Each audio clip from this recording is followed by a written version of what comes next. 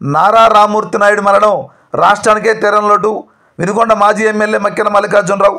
ఇక పూర్తి సమాచారం మేరకు ముఖ్యమంత్రి చంద్రబాబు సోదరుడు నారా రామ్మూర్తి నాయుడు మరణం రాష్ట్రానికే తీరని లోటని పల్నాడు జిల్లా వినుకొండ నియోజకవర్గం వినుకొండ మాజీ ఎమ్మెల్యే తెలుగుదేశం పార్టీ సీనియర్ నాయకులు మక్కెన మల్లికార్జునరావు పేర్కొన్నారు.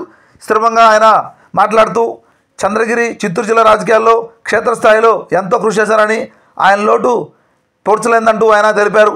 శాసనసభ చీఫ్ విప్ జీవి ఆంజనేయులు సూచన మేరకు వినుకొండ తెలుగుదేశం పార్టీ కార్యాలయంలో ఆదివారం మధ్యాహ్నం 2 గంటల సమయంలో రామ్మూర్తి నాయుడు చిత్రపటానికి పూలమాల వేసి నివాళులర్పించారు. ఈ కార్యక్రమంలో ఆయనతో పాటుగా పలువురు కూటమి నేతలు తదితరులు పాల్గొనడం జరిగింది.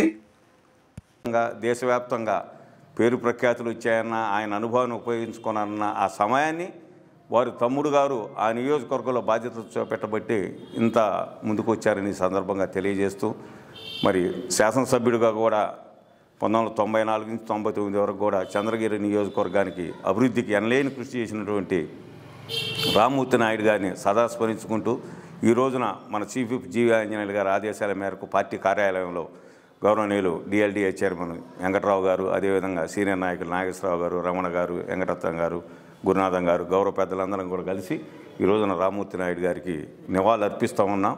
ఆయన చూపినటువంటి బాటలో తెలుగుదేశం పార్టీ నియోజకవర్గంలో ముందుకు తీసుకెళ్తామని ఈ సందర్భంగా తెలియజేస్తూ చంద్రబాబు నాయుడు గారి కుటుంబానికి సానుభూతిని వ్యక్తపరుస్తున్నాం.